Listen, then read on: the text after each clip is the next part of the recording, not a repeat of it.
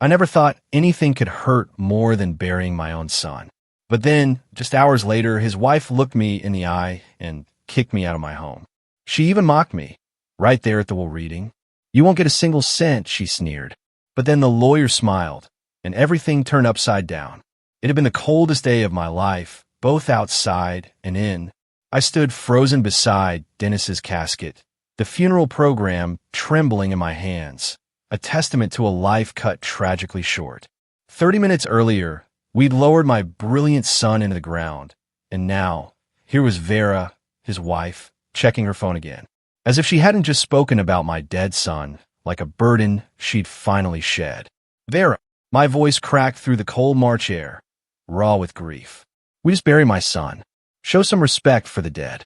She looked up from her screen, irritation flashing across her perfectly made-up face. The wind cut through the cemetery, scattering the white lilies Martha had placed on nearby graves. Other mourners were walking toward their cars, but their conversations had stopped. They were listening now. "Your son." Vera's laugh was sharp, bitter. "He was my husband, Horace, and now everything is mine." The funeral program tore slightly in my grip. My engineering mind, always precise, couldn't process what I was hearing. This woman had stood beside Dennis for 7 years. She'd promised to love him in sickness and in health. Yet here she was, 30 minutes after we'd laid him to rest, talking about possession and ownership. "What's wrong with you?" I whispered, though my voice carried further than intended. "At least pretend you're sad." Tom Riley, Dennis's business partner, had stopped walking. He stood 20 feet away, holding his wife's arm. Both of them stared at us with undisguised shock. Martha Ellis was moving closer, her face pale with concern. Vera slipped her phone into her designer purse. "Sad, Horace? I've been planning my new life for months." Dennis knew this marriage was over. We both did. "That's not true." The words came out strangled. "He loved you, even when the cancer." She adjusted her expensive black coat, the one Dennis had bought her last Christmas. "It gave me time to think, to plan. Now I can finally live again." Martha reached us just as Vera turned toward the parking area. "Vera, please. This isn't the time or place." "Actually, Martha, this is exactly the time." Vera's heels clicked against the concrete pathway. "I've spent 18 months playing the devoted wife. I'm done performing." The remaining guests gathered in small clusters, whispering. Mrs. Henderson from the church shook her head slowly. The 3 men from Dennis's engineering team looked uncomfortable, shuffling their feet. I watched Vera walk away, her stride confident and purposeful. She hadn't shed a single tear during the service. Not one. While I barely held myself together reading the eulogy, she'd sat in the front pew, checking her watch and tapping her manicured nails. "Horace." Martha's hand touched my shoulder. "Are you all right?" I couldn't answer. My throat felt raw, scraped clean by disbelief and growing anger. The woman Dennis had trusted with his life, his business, his love. She'd been counting the days until his death, planning her escape while he fought for every breath. The wind picked up again, rattling the bare branches. Vera reached her silver Mercedes, the one Dennis had surprised her with for their 5th anniversary. She didn't look back, not once. Standing there beside my son's grave, I wondered what Dennis would think if he could see her now. Would he be heartbroken? Angry? Or had he suspected what I was only beginning to understand? The expensive car pulled away, disappearing around the cemetery's curved road. I was alone now, except for Martha, who waited patiently beside me, and the groundskeepers in the distance, preparing to fill the grave. My hands were still shaking as I looked down at Dennis's photograph in the torn program. His smile looked back at me, confident and warm, the way he'd always been, even during those final weeks. Making mysterious phone calls to Leonard Baxter and insisting everything would be taken care of. Looking at Dennis's face in that photograph, I felt something break open inside my chest. Not just grief this time, something deeper. Pride mixed with desperate longing for just one more conversation with my brilliant boy. The wind scattered more flower petals across the fresh grave dirt. I closed my eyes and let myself remember. Dennis, at 8 years old, standing in our garage workshop with model airplane glue on his fingers and determination in his dark eyes. He'd insisted on painting his planes purple and gold. "Dad, why do planes need to be silver?" he'd asked, holding up his bright purple fighter jet. "I want to make mine different." Even then, he'd refused to follow conventional rules. While other kids built their models exactly as directed, Dennis experimented. Half his planes crashed during test flights, but the ones that flew were spectacular. I opened my eyes and looked at the photograph again. That same stubborn creativity had made him millions. I remembered Northwestern University family dinner in 2016. Dennis explaining his latest business idea, eyes bright with possibility. His mother had died the year before, and these Sunday dinners had become sacred to both of us. "I have an idea for an app that could help people organize their schedules better," he'd said. "But not just calendars, Dad. Something that learns your patterns, predicts what you need, helps you make better decisions about your time." I'd worried he was dreaming too big. "Son, they're already scheduling apps. Lots of them. But none that think like humans do," he'd countered, sketching wireframes on napkins.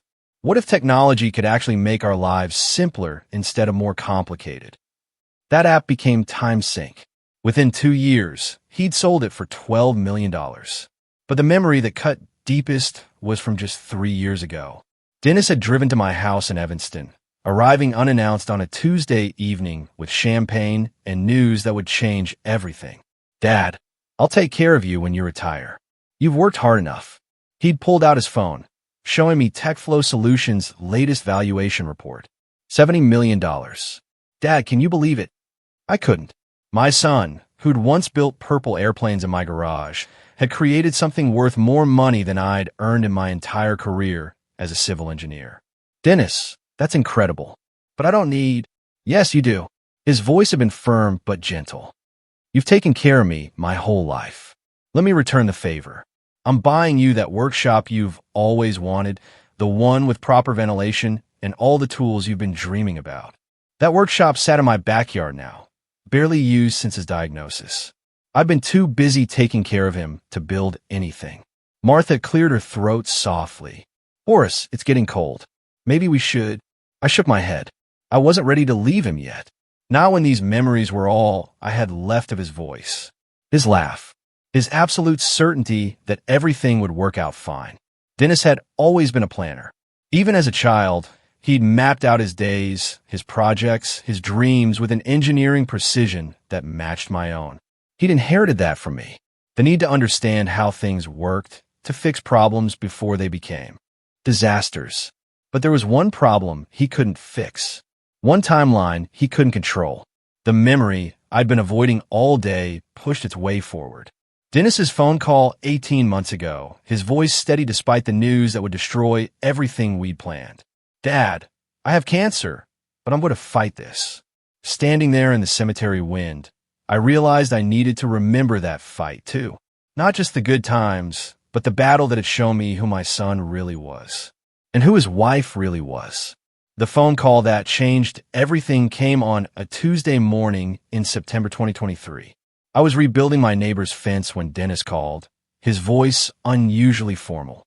"Dad, I have cancer. Pancreatic cancer. Stage 3. But I'm going to fight this." The words hit like sledgehammer blows. Aggressive. Advanced. Poor prognosis. I dropped my tools and drove straight to Northwestern Memorial Hospital.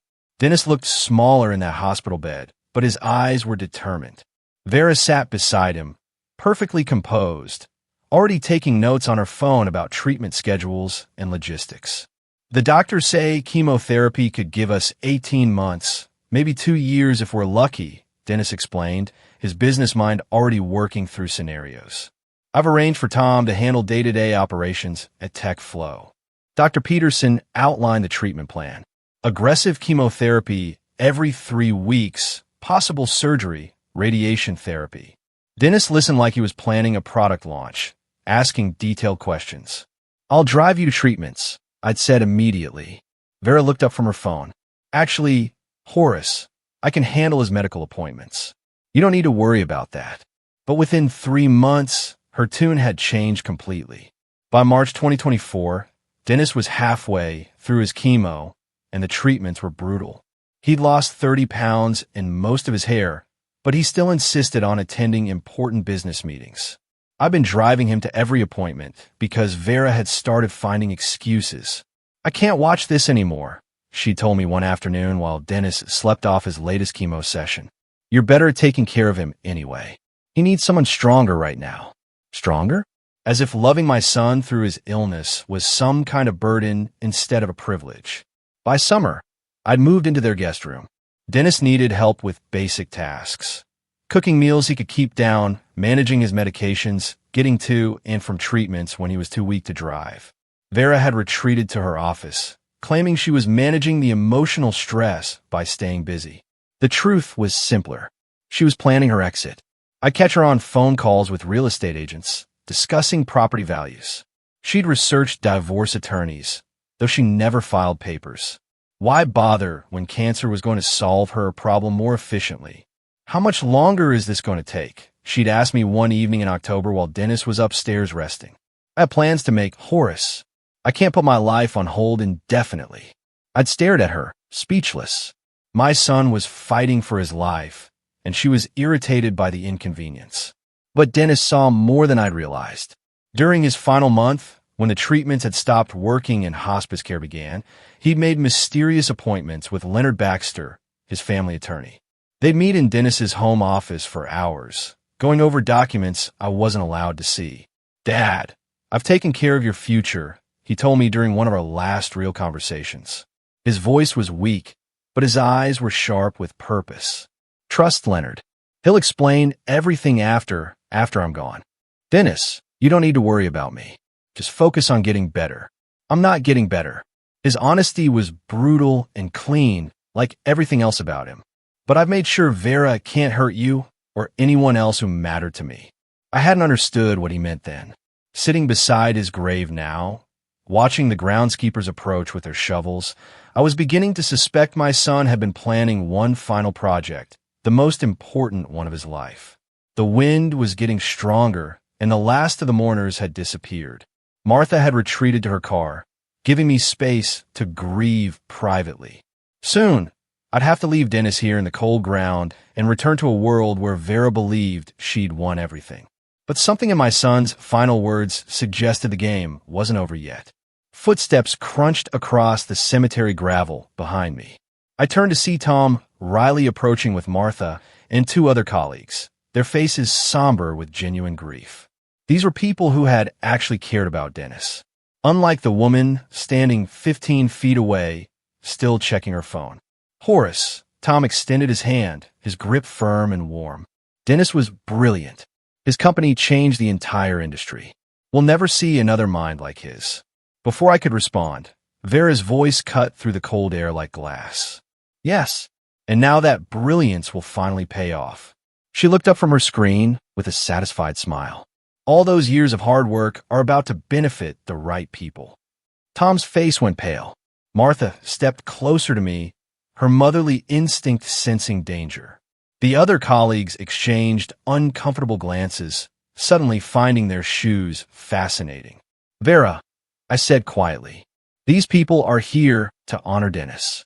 "Oh, I'm honoring him." She slipped her phone into her purse with deliberate slowness. "By making sure his success isn't wasted on sentiment." Dr. Sarah Chun, one of Dennis's lead developers, cleared her throat awkwardly. "We should probably head back to the office. There are projects to discuss." "Actually," Vera said, her voice rising with false cheerfulness, "there won't be any projects for a while. I'll be reorganizing everything once the legal formalities are complete." Tom's jaw tightened. "Vera, Dennis built that company with specific goals. His team knows how to. His team works for me now." She checked her expensive watch, the one Dennis had bought for their anniversary. "Everything works for me now." Martha discreetly pressed a small piece of paper into my palm, her phone number written in careful script. "If you need anything," she whispered, "you can always call." I nodded gratefully, tucking the paper into my coat pocket. At least someone in this world still understood basic human decency.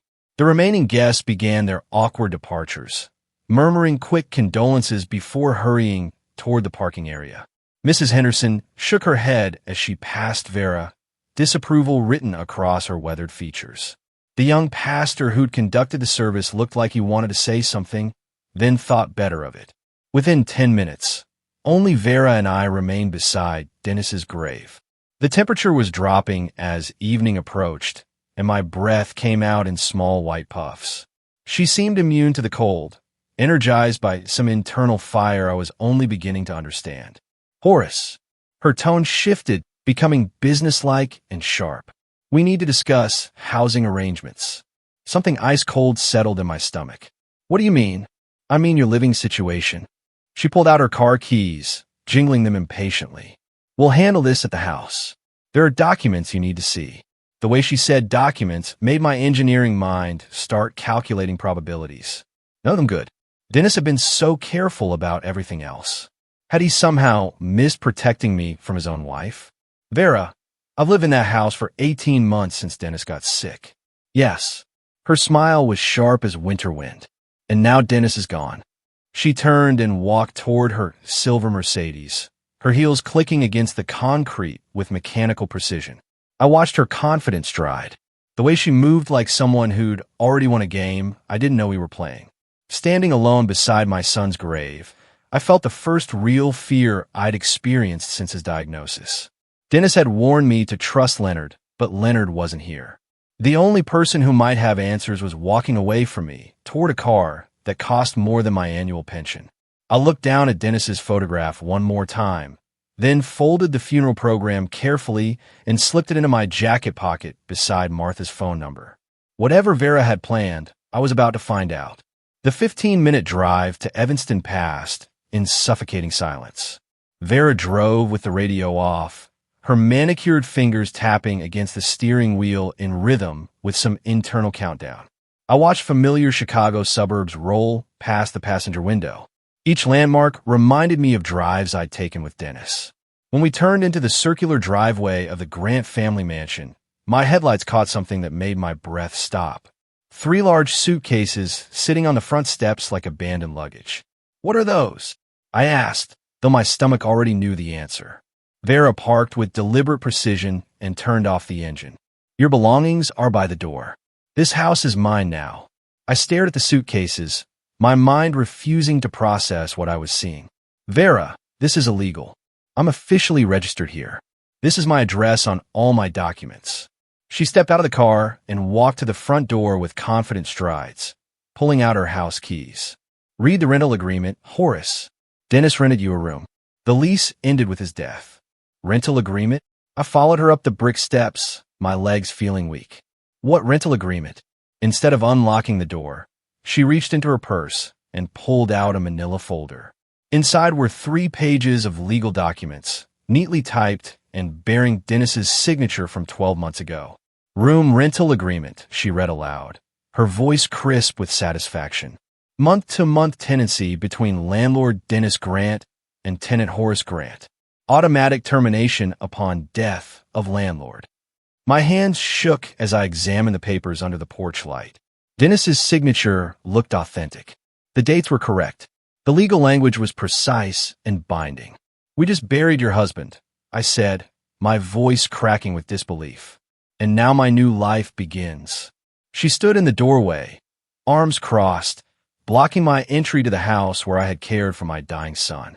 Without you, Dennis would never have wanted this. He loved me. He wanted me taken care of. Dennis is dead. Her voice was flat, emotionless. I'm alive, and this property belongs to me. The deed is in my name as surviving spouse. I looked past her into the warm-lighted hallway where Dennis and I had shared so many conversations during his illness. The workshop he'd built for me was visible through the kitchen window. $10,000 worth of tools and equipment I'd barely had time to use. My tools. My workshop. Your workshop is on my property. You can arrange to have everything moved once you find somewhere to live. Where am I supposed to go? It's nearly 7 o'clock on the day of my son's funeral. That's not my problem.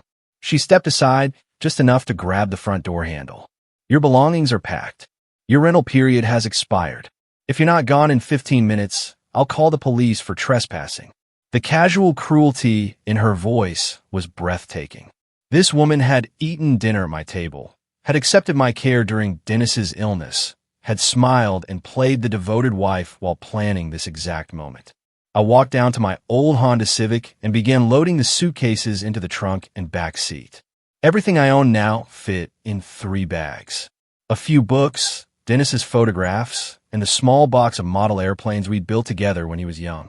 Vera watched from the doorway, her silhouette framed by the warm light of the house that was no longer my home. She didn't move to help. She didn't speak.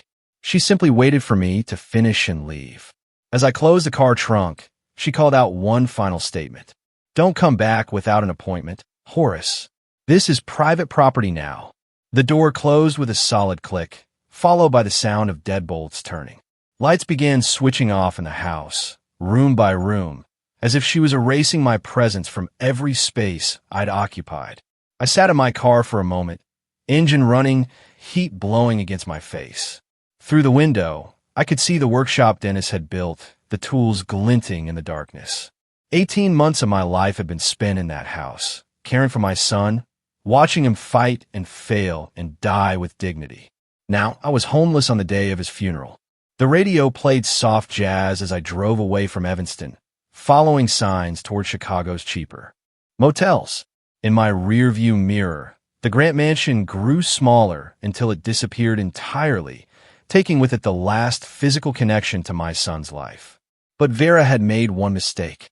She'd shown her hand too early.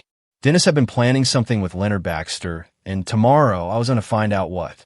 By the way, if you're still with me, make sure to hit subscribe. More unbelievable stories are coming. The flickering neon sign reading "Vacancy at the Midwest" looked like a lifeline in the growing darkness. I'd spent 2 hours driving through Chicago's outer suburbs, comparing rates and establishments that grew progressively shabbier as my options narrowed.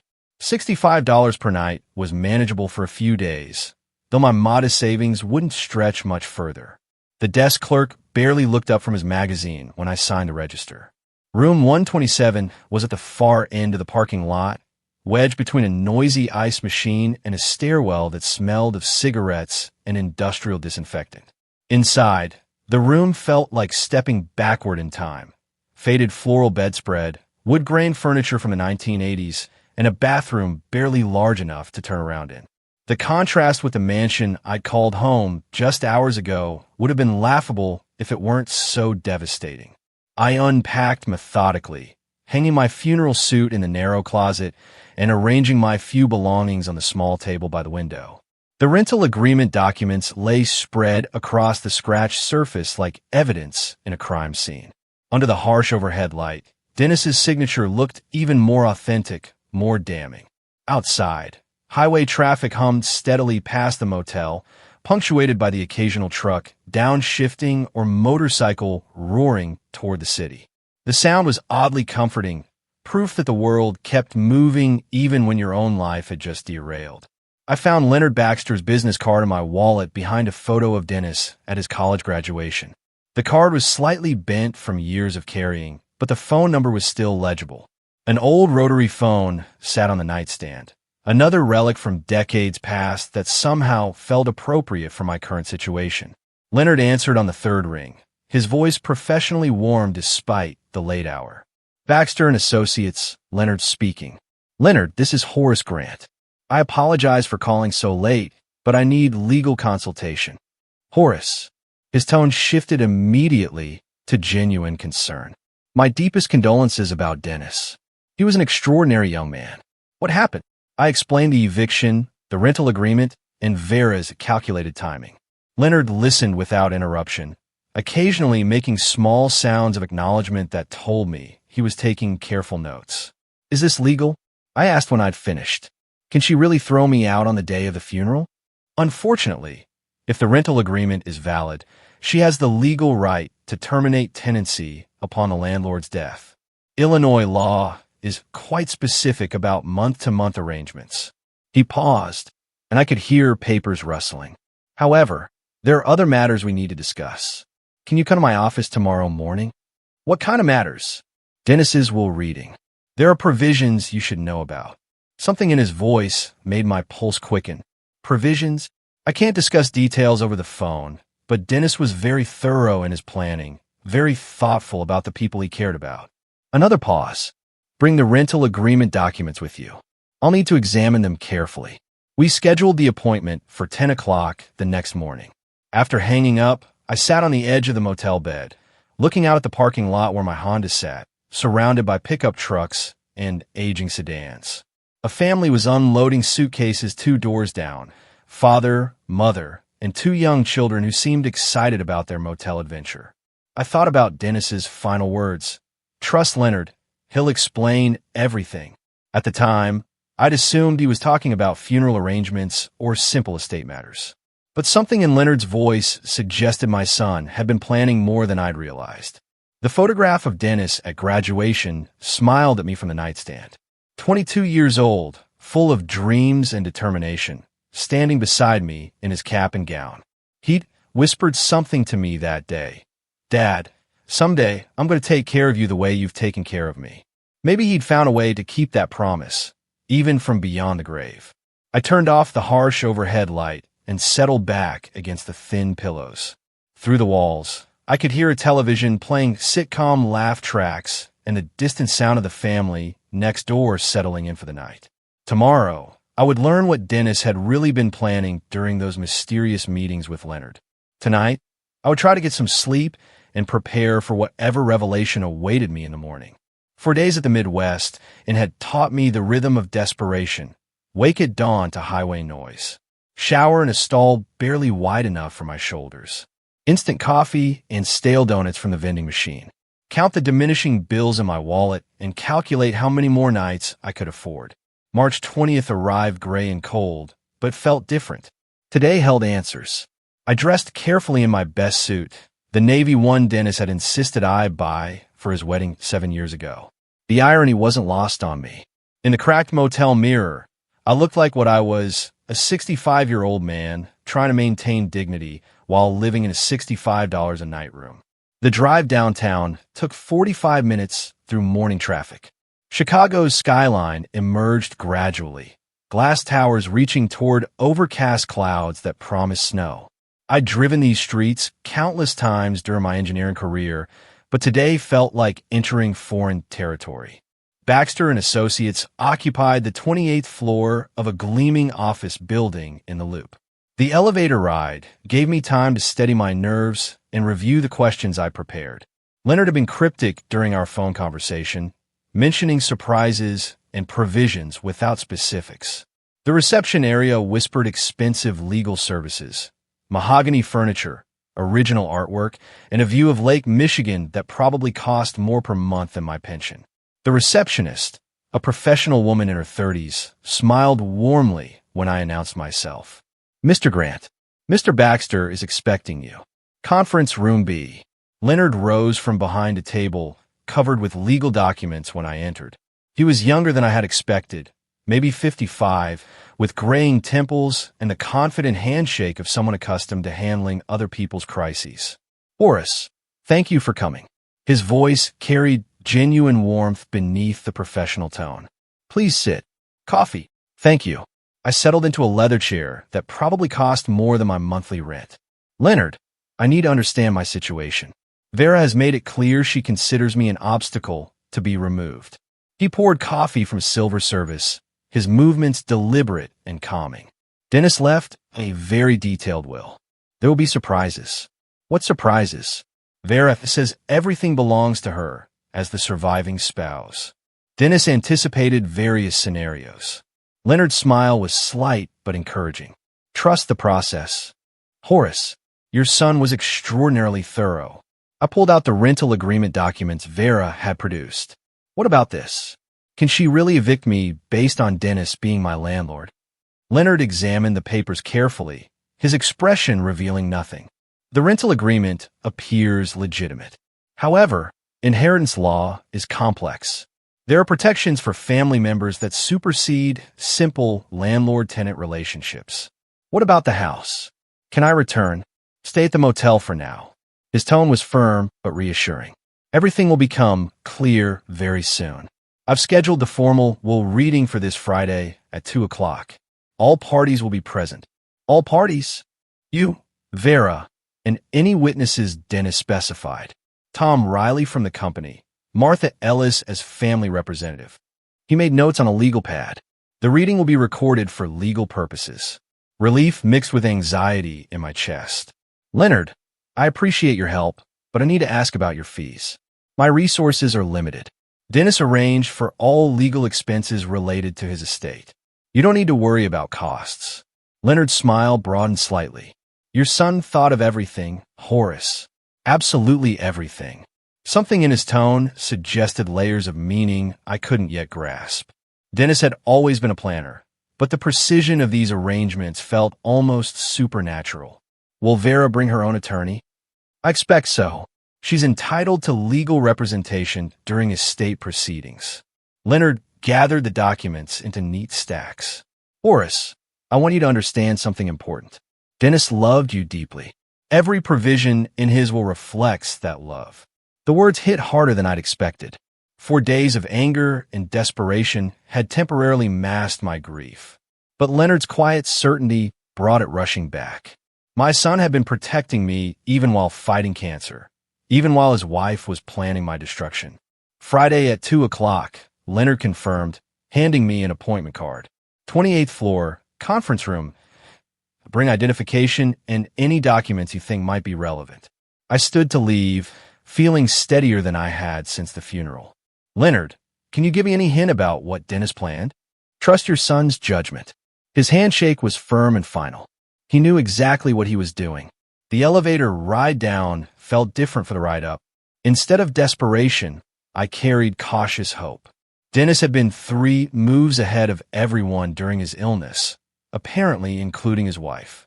Driving back to the motel through afternoon traffic, I thought about Friday's confrontation. Vera would arrive expecting complete victory, probably with expensive legal representation. She'd spent 4 days planning her next moves, confident in her position. But Dennis had been planning much longer. Friday morning arrived with a kind of bitter wind that makes March feel like winter's final assault. I'd spent the previous 3 days at the motel in a strange state of suspended animation. Too anxious to read, too restless to sleep properly, too broke to do anything but wait. By 11 o'clock, I was dressed in my funeral suit again, checking my appearance in the motel's unforgiving mirror. The face looking back showed every one of my 65 years, plus the weight of the past weeks. But my eyes held something they hadn't since Dennis's diagnosis. Purpose. The drive downtown felt different this time. Instead of desperation driving me toward Leonard's office, I was moving toward answers. Whatever Dennis had planned, today would reveal his final project, and I suspected it would be his masterpiece. I arrived at Baxter & Associates 15 minutes early, partly from anxiety and partly from respect for the solemnity of the occasion. The same receptionist greeted me with professional sympathy, directing me to conference room larger than the room where Leonard and I had met, with a view of the entire downtown area. Leonard was already there, surrounded by stacks of legal documents and what appeared to be audio recording equipment. His manner was calm but alert, like a surgeon preparing for a complex operation. Horace, right on time. He gestured to a chair across from the head of the table. The others should arrive shortly. Others turned out to be a parade of people whose reactions would define the afternoon. Tom Riley arrived first, looking uncomfortable in a suit that suggested he'd rather be debugging code than attending legal proceedings. Martha Ellis followed, carrying a small purse and wearing the expression of someone prepared for family drama. Then came Vera. She swept into the conference room like a woman attending her coronation, dressed in an expensive black suit that managed to look both appropriately somber and triumphantly elegant. Behind her walked a sharp-faced woman in her 40s, carrying a leather briefcase that screamed high-end legal representation. Margaret Walsh. The woman introduced herself with a crisp handshake. I'm representing Mrs. Grant's interests during these proceedings. Vera settled into her chair with the satisfaction of someone who'd already won. She barely acknowledged my presence, instead focusing on the legal documents spread across Leonard's end of the table. Her smile was small, but unmistakable. Horace, why did you even come? There's nothing here for you. The words were delivered with casual cruelty, loud enough for everyone to hear. Margaret Walsh put a restraining hand on her client's arm, but the damage was done. Tom shifted uncomfortably. Martha's face hardened with disapproval. "I'm here by legal right, as Dennis's father," I replied quietly. "Legal right to what? You've been living in my house as a tenant. That arrangement ended with my husband's death." Vera's voice carried absolute certainty. "Margaret has reviewed all the documentation. Everything belongs to me as the surviving spouse." Leonard cleared his throat, commanding attention with professional authority. "Please, everyone calm down. Dennis's will is very specific about all distributions. Let's proceed with proper formality." Margaret Walsh opened her briefcase, extracting legal pads and what appeared to be prepared challenges. "My client expects to receive the entire inheritance as the legal wife. We're prepared to contest any irregular provisions." "Noted," Leonard said simply. He activated the recording equipment with a soft click. "This is the formal reading of the last will and testament of Dennis Michael Grant, dated December 15th, 2024. Present are Horace Grant, father, Vera Grant, surviving spouse, Margaret Walsh, attorney for Mrs. Grant, Tom Riley and Martha Ellis, designated witnesses." The room fell silent except for the soft hum of traffic 28 floors below. Vera leaned forward slightly, her posture radiating confidence. I gripped the arms of my chair, preparing for disappointment, but hoping for justice. Leonard opened the thick document, his voice taking on the formal cadence of legal proceedings. "I, Dennis Michael Grant, being of sound mind and body, do hereby establish this as my final will and testament, revoking all previous wills and codicils." The preliminary language washed over me like background noise. My engineering mind was focused on the substance that would determine whether I'd spend my remaining years in a motel room or something resembling home. Vera's fingers drummed silently against the conference table, keeping time with her internal countdown to victory. But Leonard's slight smile suggested the afternoon held surprises none of us were expecting. "Now we come to the specific bequests and distributions," Leonard announced, turning to the document's crucial pages. The moment of truth had arrived. "To my beloved wife, Vera Grant." Leonard's voice carried across the silent conference room with measured precision. "I leave the following assets: the family residence at 1247 Maple Grove Drive, Evanston, Illinois, including all furnishings and personal property contained therein. All vehicles currently registered in my name, including the 2024 Mercedes S-Class and 2023 Tesla Model X. The checking and savings accounts at First National Bank of Chicago, totaling approximately $340,000. Vera's smile bloomed like poison flowers.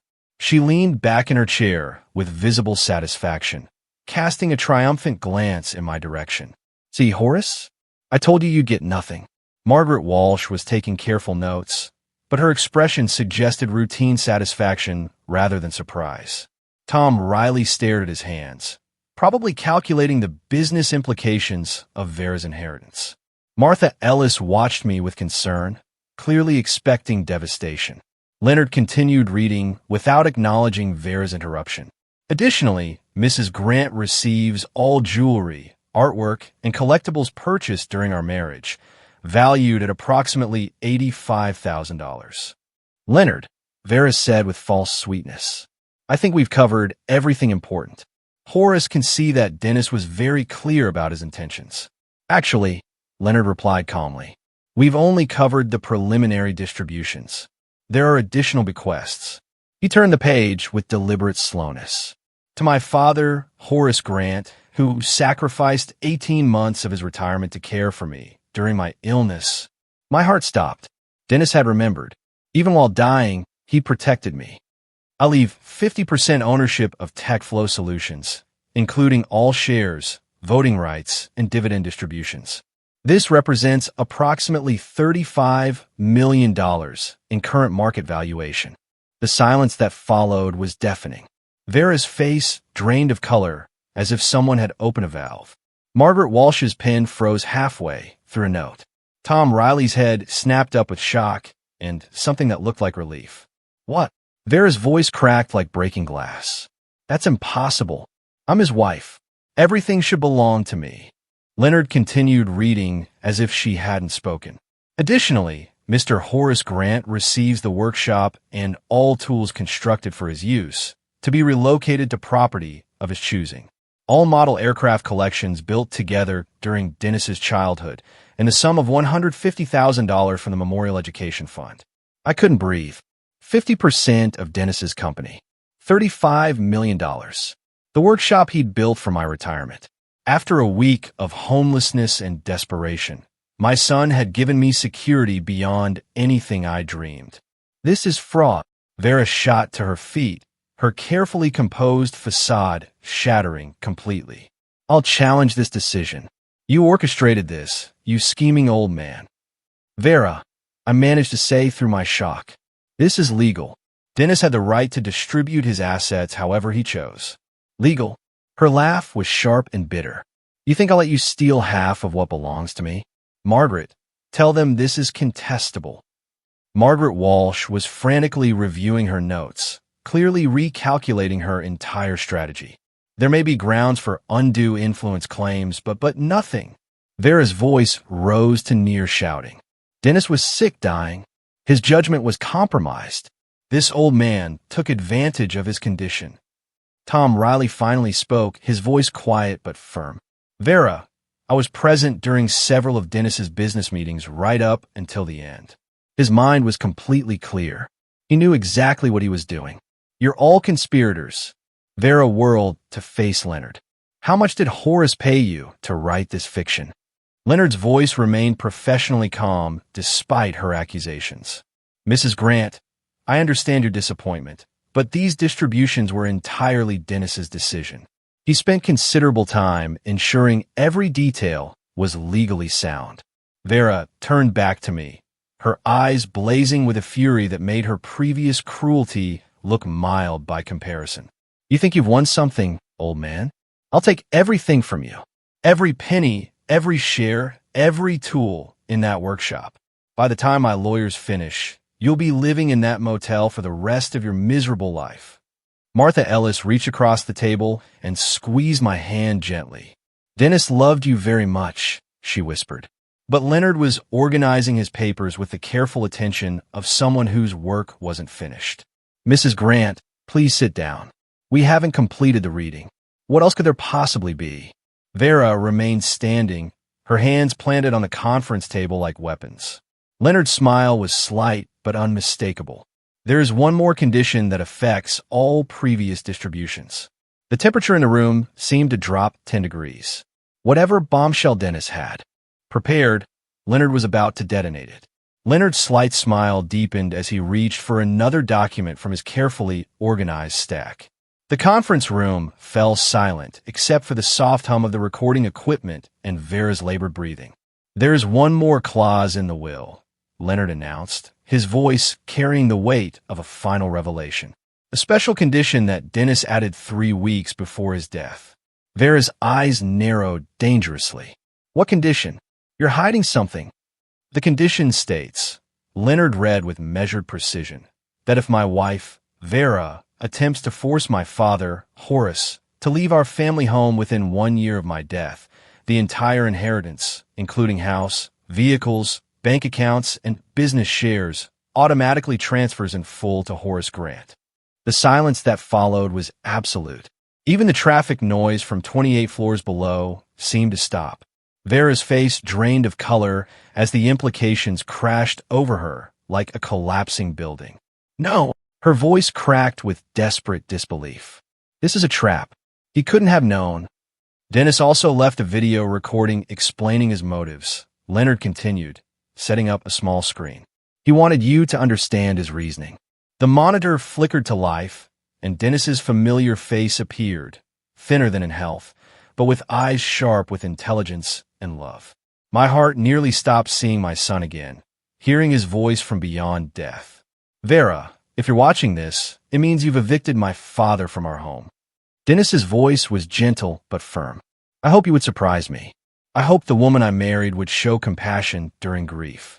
But I know you too well. Vera was hyperventilating now, her hands gripping the conference table until her knuckles went white.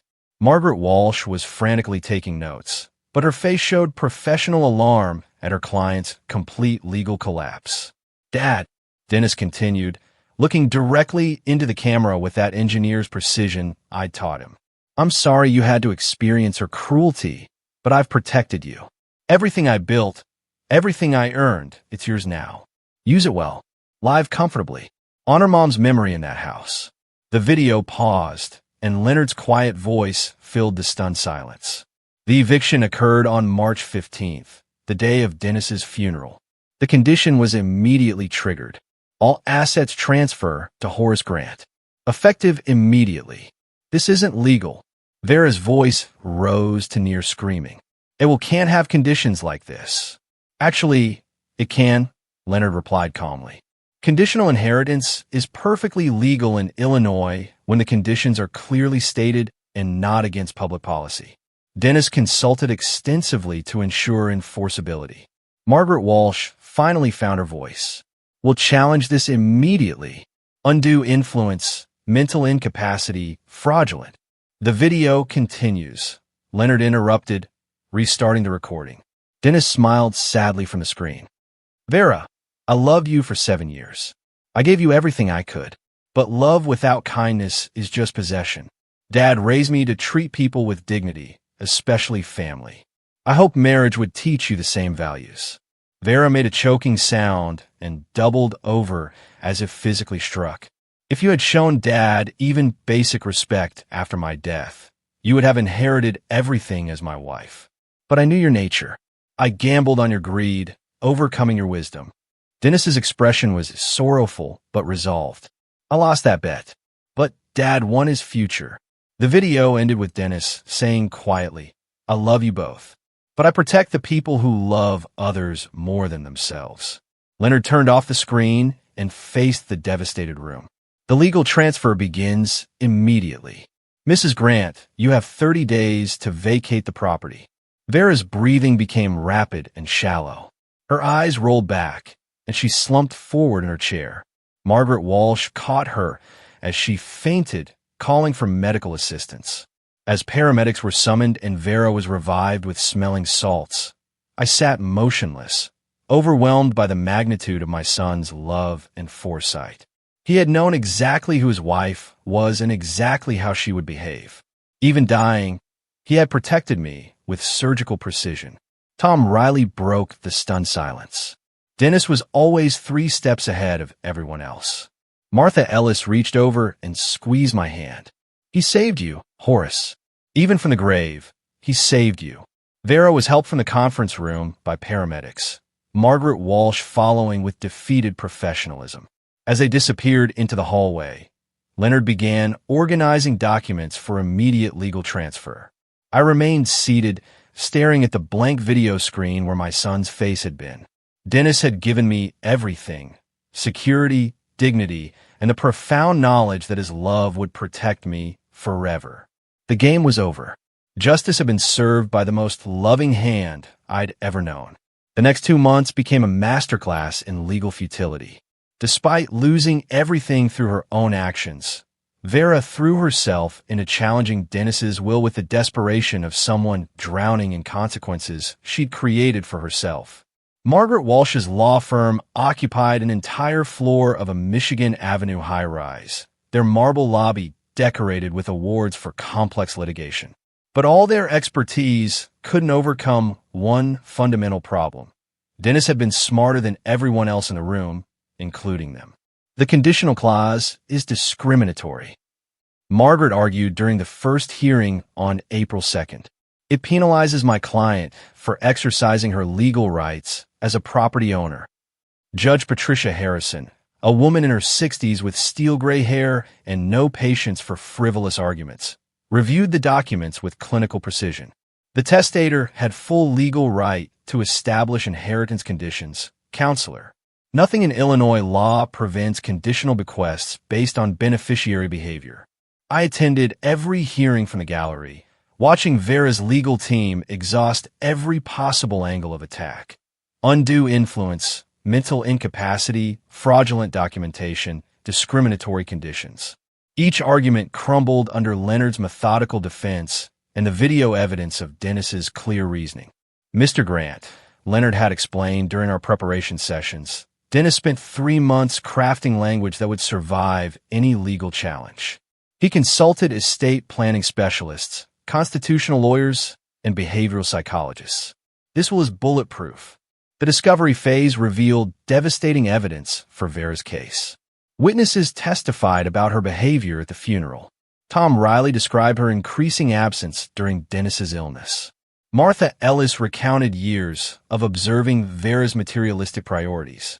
Even Mrs. Henderson from the church provided testimony about inappropriate comments during the service.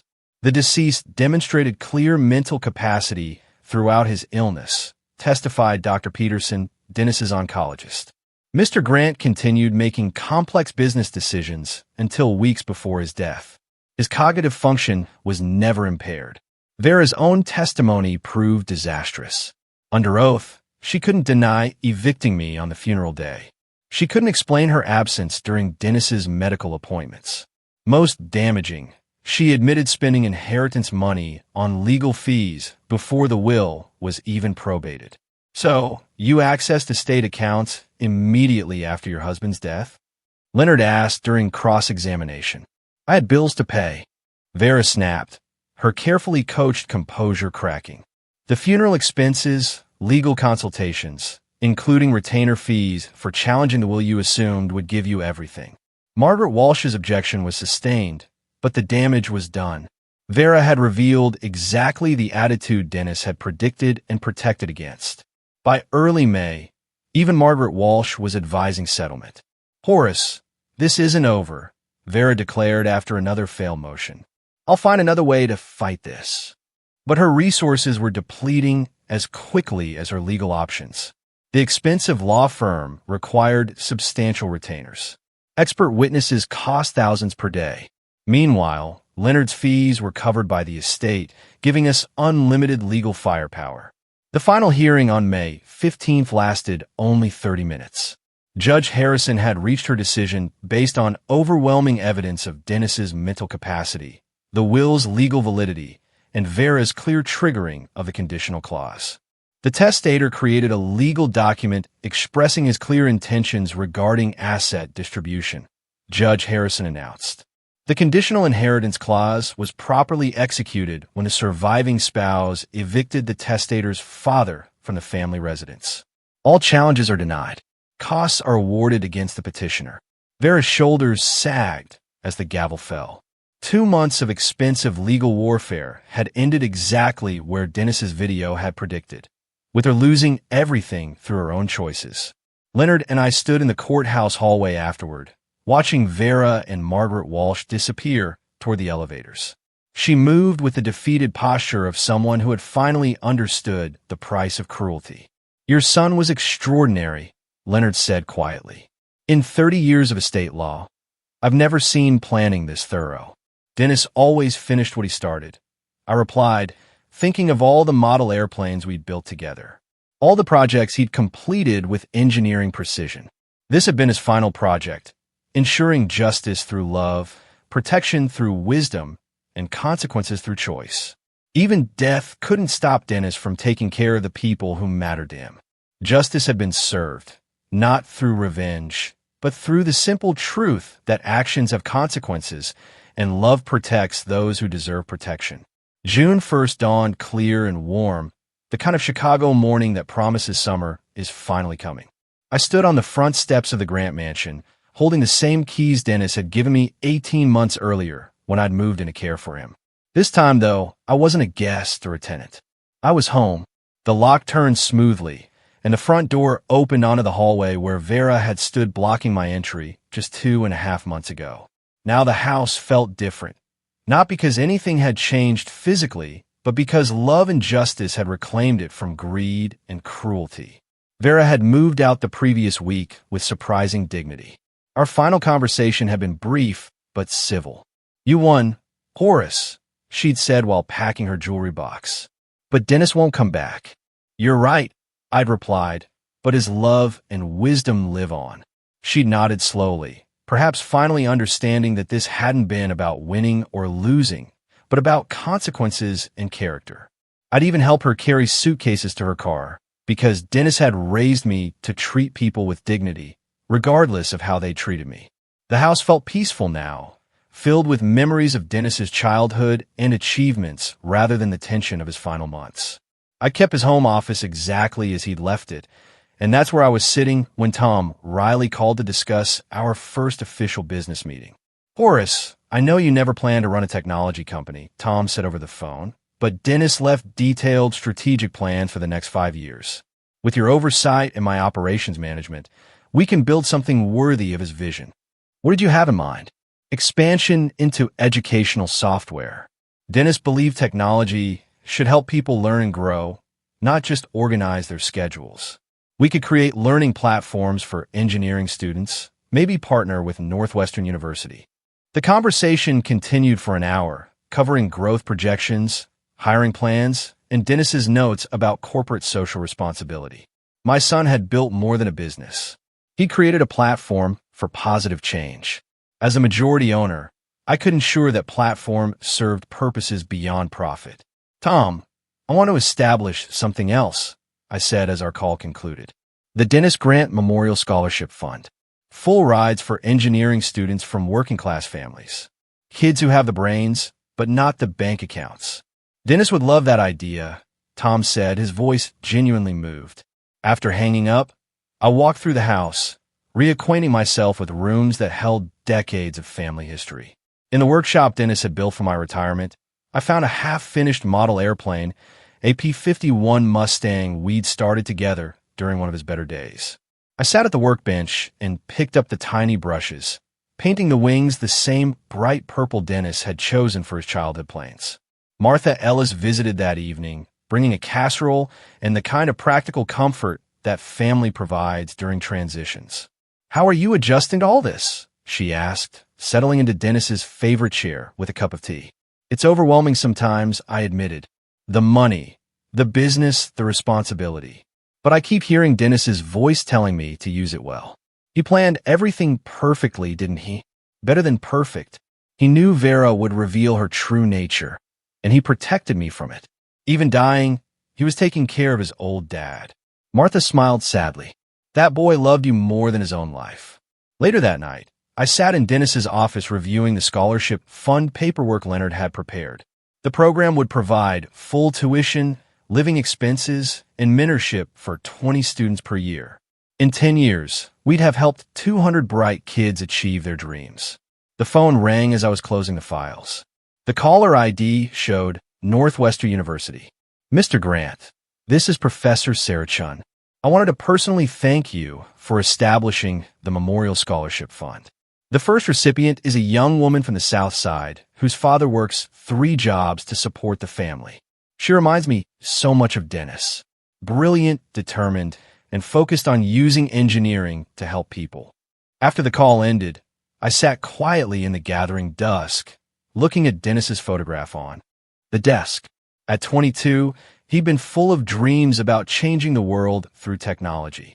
Now, even after death, he was making those dreams possible for others. Outside, Evanston settled into evening quiet. The house felt alive with purpose rather than empty with grief. Dennis's love had created not just justice, but ongoing hope for the future. His cruelty had been transformed into opportunity for deserving young people. I picked up the tiny P-51 Mustang model and painted one more purple stripe across its wing. Some traditions were worth continuing. Some love was worth honoring. And some justice was worth the wait. Dennis had been right about everything. As usual, love protects, wisdom prevails, and sometimes, if you plan carefully enough, you can take care of the people you love even after you're gone.